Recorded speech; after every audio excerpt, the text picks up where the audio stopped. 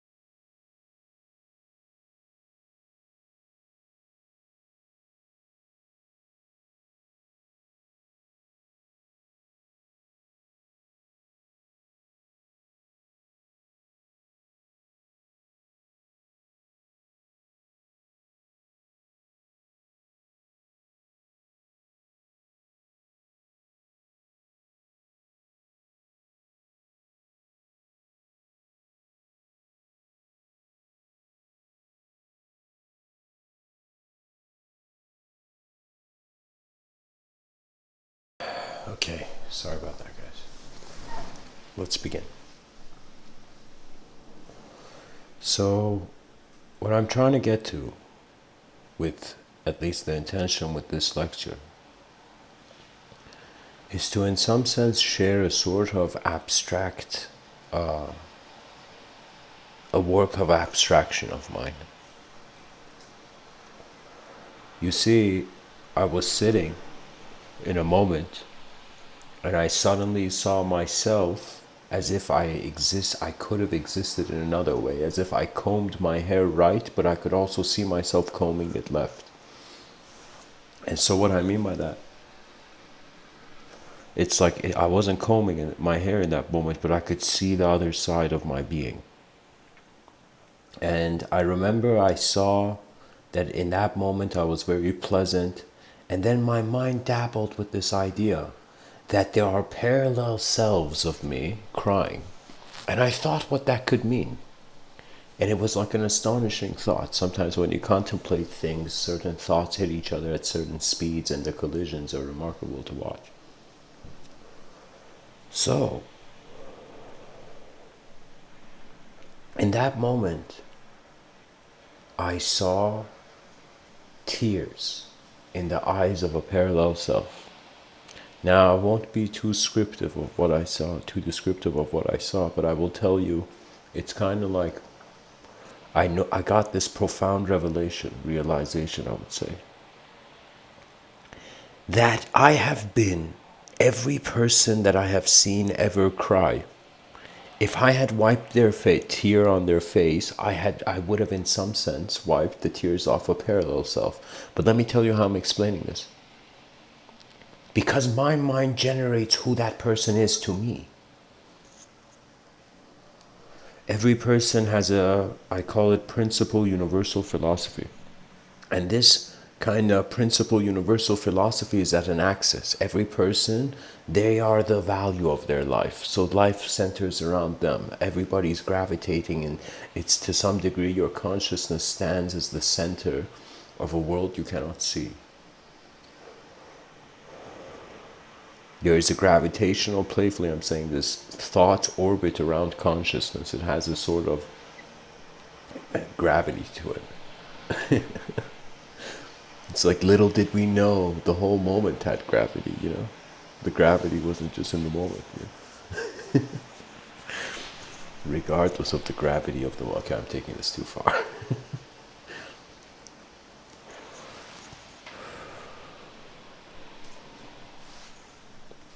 I find that this sort of parallel self is it's not a new idea. It's been like during Einstein was alive, quantum physics kind of tapped into the parallel. But in ancient traditions, there's always been notions of multidimensionality. That means multidimensionality nowadays is not new. It is being newly, I guess, rediscovered, maybe. The fact that the world is cut up into dimensions is, believe it or not, it's nothing new. The world had been the world is a cake where ancient hands have cut it, have sculpted it subjectively. Imagine sculpting your birthday cake. You know, people are like, what is the birthday guy doing? You're like, I'm sculpting the future, man.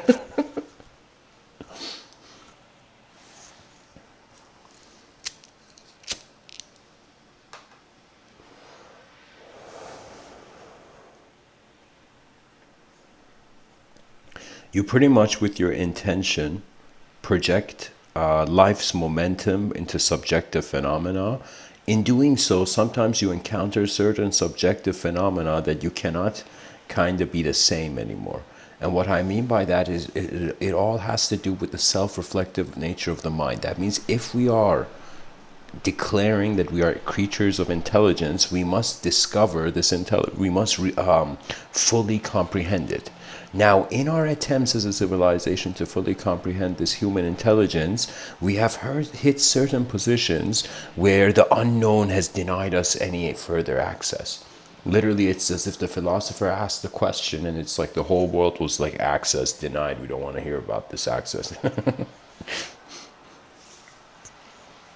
Imagine you try to go to heaven, and eventually, like, you know, a voice tells you heaven is only for robots.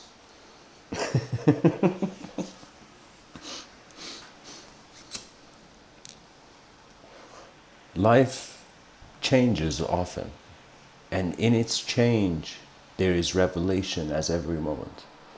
For me, it doesn't matter what's written in a book. It really matters more how your moment is appearing. It is a dance of appearances to some degree, this life.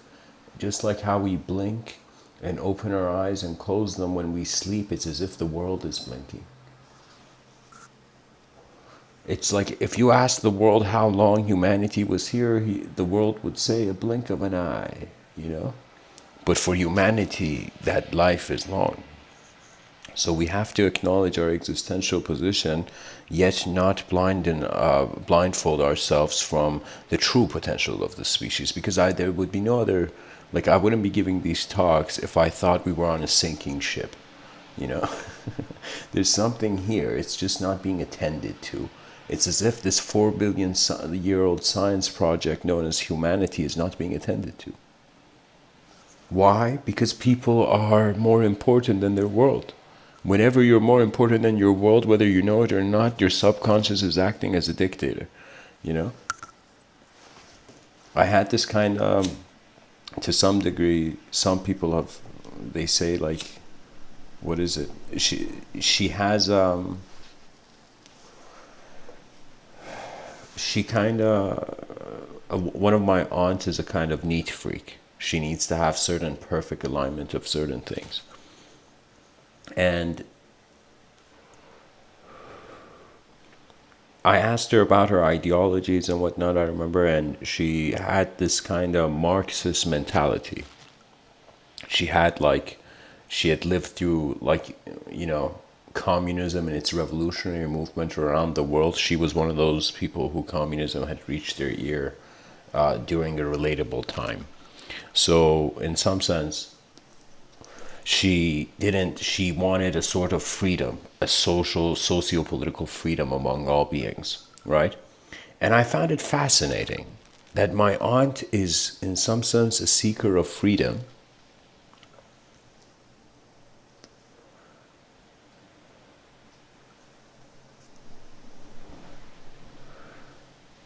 yet when it comes to her home, pots and pans and everything has to be placed in a certain way. It's as if she does not see how what you reject externally, internally becomes you. It's strange. Like so many great people, as they have become victorious, they have fallen into the patterns of the undeserving. This is a pattern the human life can fall into. It's when you are dishonest a lot. You reach a certain state of mind where you feel even if they gave you heaven, you wouldn't walk in. So that's the issue. That's the whole guilt complex. The whole thing that a sort of subjective relationship is defining your emotions. Sometimes I have understood this. There's still, in regards to, how can I tell you, like, based on what happens to you in this life, your skills and intelligence comes to you. Okay? And if your life is paid, if your attention moves to your subtler planes, you become more subjective oriented creature. What that means is you live in the moment as more a mind projecting a body rather than a body that has an unknown mind. You become a kind of known mind with an unknown body. This is a strange thing to say, but it works with the symmetrical, self-reflective reverse engineering of dualistic nature, pretty much. That means when we wonder about how duality is separating or fragmenting our psyche, we see it as the position of the reality. So it's like, here's the thing. You know that philosophical saying they say, if there's somebody, if a tree falls in a forest and there's nobody there, can anyone hear it? Did anyone hear it? I'll tell you something more hilarious. Imagine just a more deeper level to this, that there is someone in the forest and they see the tree fall, but still they could go on in their lives as if the tree never fell. And that is what the fearful personalities on this world do. They are fearful externally, but they're not fearful internally. This is why some of those people who are bullied a lot, they become the worst bullies, because it's as if they think life is giving them a permission to do it because it's happening to them. It is not so. You cannot lose sight of your decency. Just like how you want your phone to have a good signal, you have to do certain decent things throughout the day. If you don't do them, knots occur, in emotional knots. What that means is when a person, imagines somebody's about to eat cake, right when he's about to eat cake, they take away the cake. So imagine the evil people. Look, I'm making this, relatable. But imagine the villains. Let's say it's a superhero thing. Every time, let's say the person comes, okay, to eat cake. I don't know why cake is getting the honor to be a metaphor for my dog. But I'll say this, like it's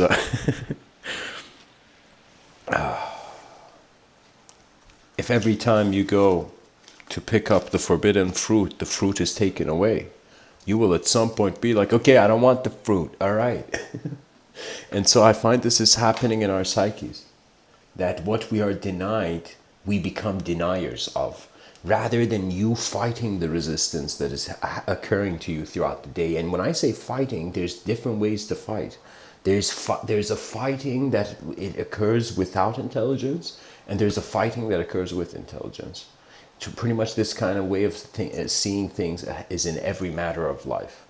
You see, your life is as masterful as you can see it, as the depth of vision for the authorization of the intelligence is there. What if I told you intelligence is data, the right data at the right time? That means even if you have the right data, but you say it at the wrong time, suddenly all the scientists in that like gala, in that like ballroom, suddenly they're like, this is obnoxious. This is obnoxious that, language is hollow. It's not just that language is hollow. It's that anywhere our attention goes, whatever it was on, our attention was on before it moved on, becomes hollow. That's the nature of the world. You're holding a flashlight in your hand. That's what your whole moment of is in comparison to the cosmos. We are illuminating our own existence into being by what we do. That sentence that I just said, I think that's it. I think that when externally you can't do anything. Imagine externally they're like extinction, buddy. It's like it doesn't matter how happy you are, how sad you are, extinction happens. And so you're like, what the fuck? Everybody's like fucking around to reproduce, to continue the species, but extinction happens. Right? So it's as if we are realizing all human beings constantly being born and the species continuing further and further into the abyss of space and time. It is a suggestion that we are trying to keep a certain memory alive, a certain origin. It's as if somebody gave a command, and eons later all creatures in the cosmos are like, all right, we got to do it.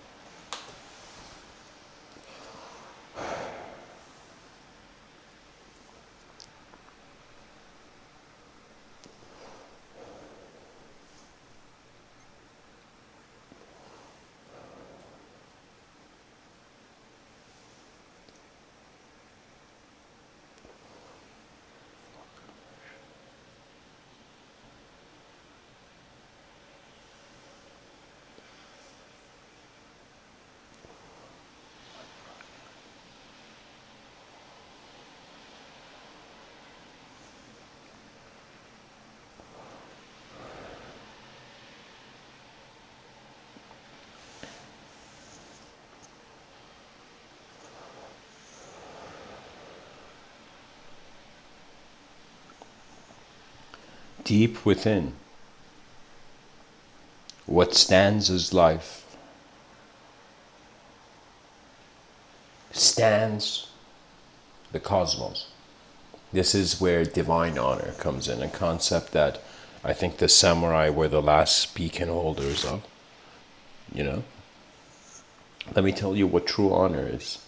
There's a kind of honor, of course, you respect the authority and the skill and the ability of those around you. You know, in a world where one is perfect, most likely you're seeing imperfections in others. And in a world where you're imperfection, you're making others too perfect. And both of these things can happen. Life is a kind of engagement. You see something you engage with, something you interact with. And it's as if every moment you enter, every conversation you have, it's like a chemical reaction. It's between universes or viewpoints upon the same universe that appear as different universes.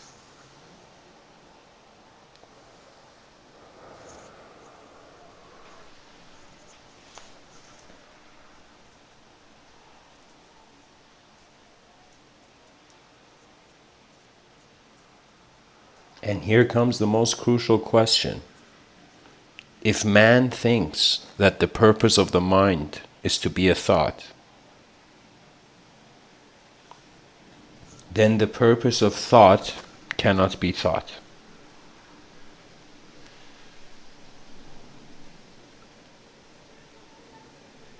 Some may say, what is the purpose of the lotus in the pond?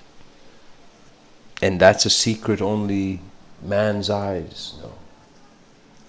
The beauty from the inanimate, the animate beauty behind your eyes that can emerge from the inanimate. That is it.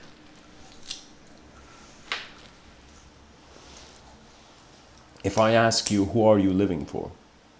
You would most likely say, for my greater self or something. And I would say that's good. But I would say, who is your greater self living for? And all your ability to project versions of reality in the future will eventually be exhausted. This is why they don't write it in. I mean, of course, yoga speaks against lethargy. But I'm telling you, tired people sometimes see the truth, but they're too tired to do anything about it. The world has to find not just internal peace, but external peace as well. What that means is pretty much it's a game of minds. And a game of minds is a game of language, and a game of language is a game of attention, and a game of attention is the game of the most authorized expression. So kind of when I walk throughout the day, I guess this is uncommon, but I'll share it, I see a sort of rhythm to the world, like an innate rhythm, I don't know how to say it. It's as if like people think they have intuition. For me, intuition is a quality of awareness. Everything is. It's just your relationship with thought and matter, with the various dimensions you have extended yourself as a conceptual creature. So all those dimensions you've extended yourself as a conceptual creature, you will realize something interesting. Our consciousness is sight through space. Which brings up a very important point, that the veil of thought is space. That means we must move beyond space, not time. There's no point of being an immortal being. You must just try to be an eternal being. And that the realization of the eternal cannot be contained in human thought. That means I want you to think human intelligence is like a container. And it's filled to the brim, to the point that we've had to create technology to do the rest. And so we're like this cup full of itself. This species that thinks it's advanced right now. We think this world of ours, compared to thousands of years ago, sure, there was nothing here, now there's something here. But I'm telling you, what if we were never an individual being? What if we were one mirror shattered into many pieces, each a reflection of the ultimate? What if we are not characters in a story? What if we are not just the storytellers? What if reality remains unknown, and that is the gift? The miracle of life is not how knowledge is here. but it is how the unknown holds knowledge. This is why the wise man doesn't have the same speed. Like literally, if there was a cake here, the wise man, I think I really need to eat a cake, you know?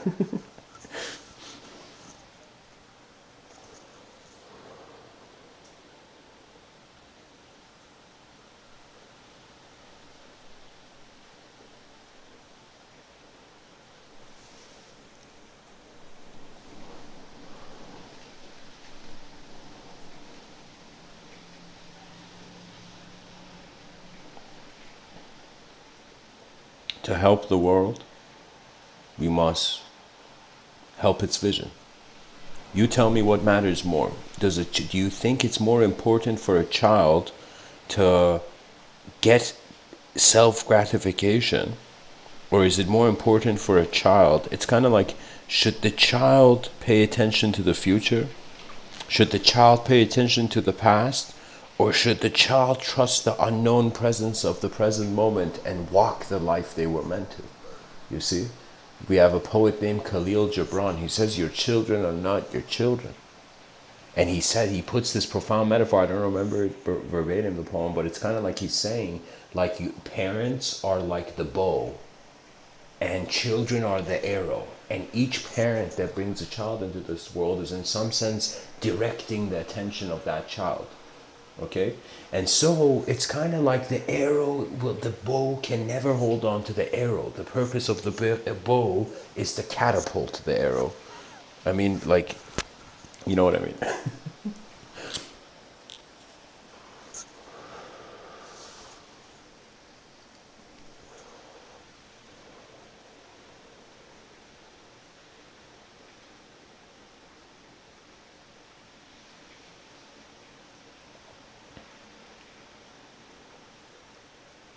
When your eyes open to a self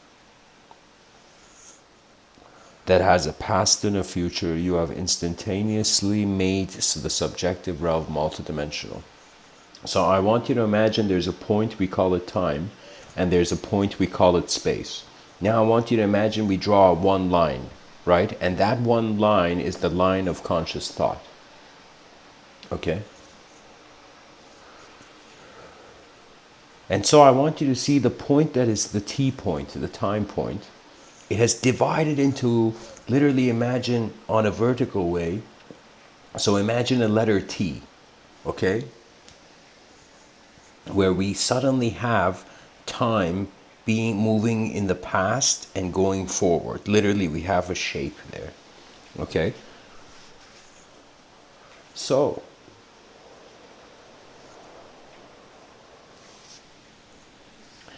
now space is a point. Time is a point. Time has suddenly become 3 points. Space now can become 3 points. What that means is, if you consider a sort of self-reflective nature, with every point of time comes its space, or you cannot acknowledge the time. Just like we say how there needs to be someone in a forest to see the tree fall, to make sure the tree fell. Similarly, if there is to be a sense of a time in the past and a time in the future, there must also be the associating space. So what that means is each moment of time has a space. So if I tell you right now, think of a past memory, your past memory is a version of you in a certain space which you're remembering. Do you see? But you're not in that space anymore.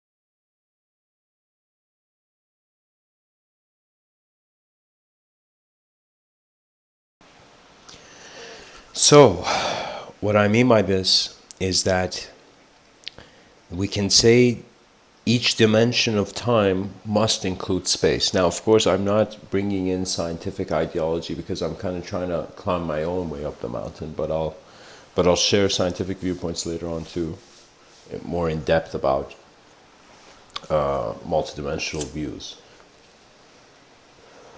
Anyways, so I want you to see this T has suddenly turned into an H. And the T, the middle of the H, is like literally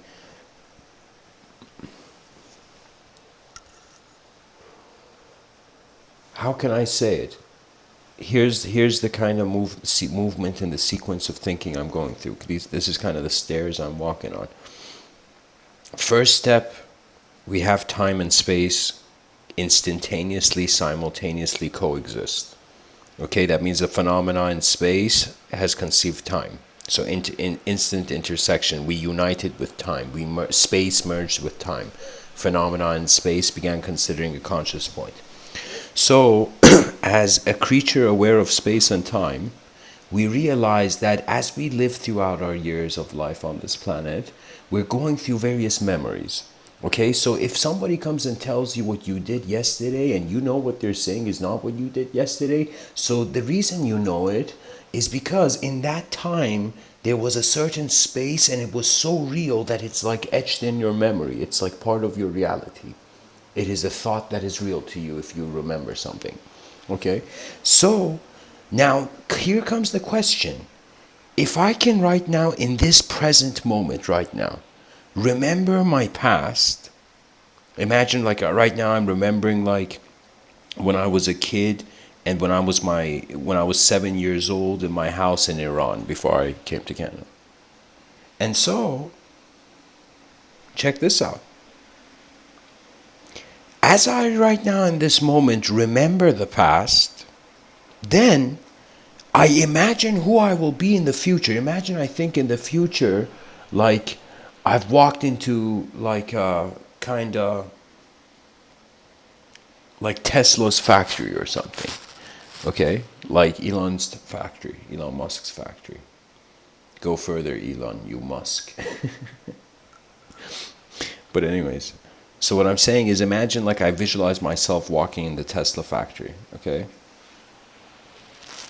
And so as I'm walking in this Tesla factory,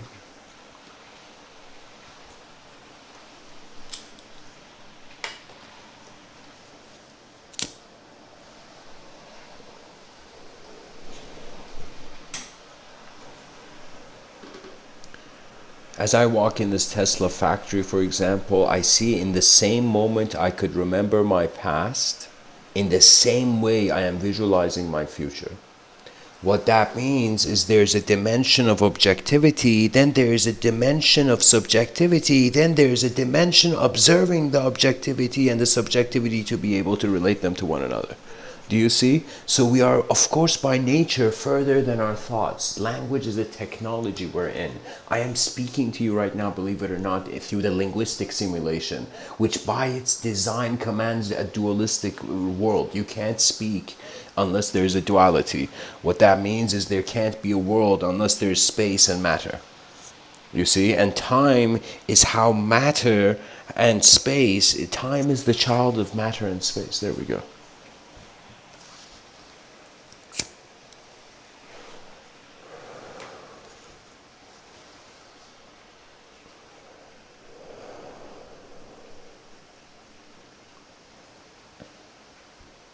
A vision will find you that will remind you that thoughts were never your leader. Because thoughts accompany experience. So pretty much Mr. Within is saying, even though we have stepped out of the food chain, there is still the presence of an attention. And it constantly manifests itself in relationships, you know. And of course, what I'm saying considers a certain school of thought. Of course, I am one man in a world that's like, what is it, like billion trillion stars in our universe? Like,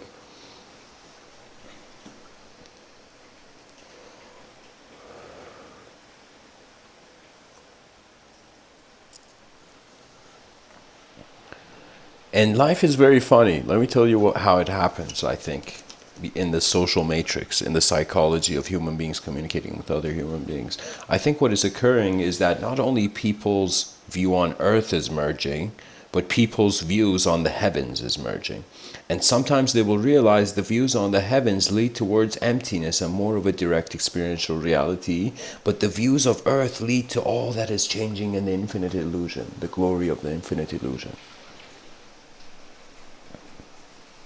It's kind of savage what I'm saying.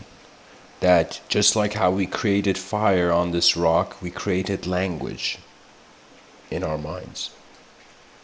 I mean, it's kind of badass, right? Like we look at other species and we're like, you have no idea what we're saying, right?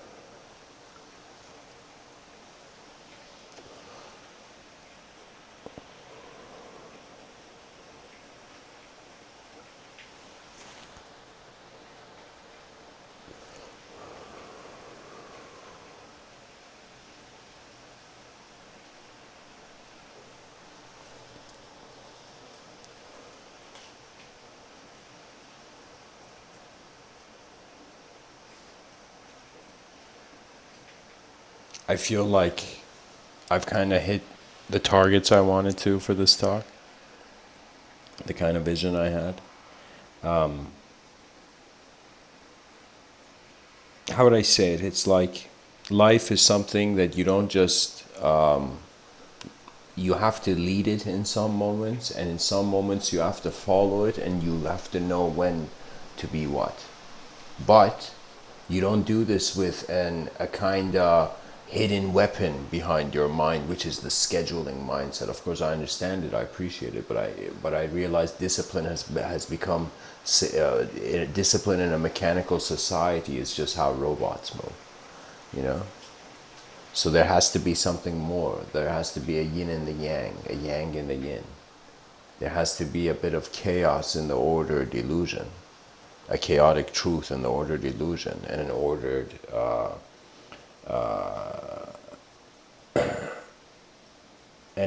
truth in a chaotic illusion.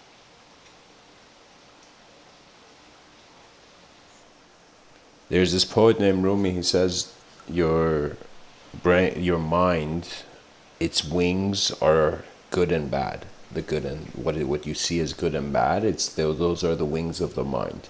So some people who are like, I'm suffering, it's as if a bird trying to fly with one wing open. It's like, great, you're suffering, welcome to the club.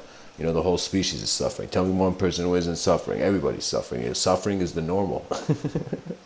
Suffering is normal. If you're not suffering, that's what we need to pay attention to. And that's when the bird opens its other wing.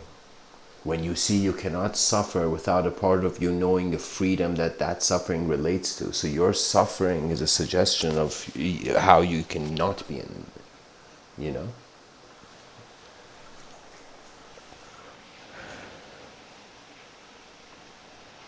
A mind that is free cannot fear or desire when it's everything. Much blessings and namaste.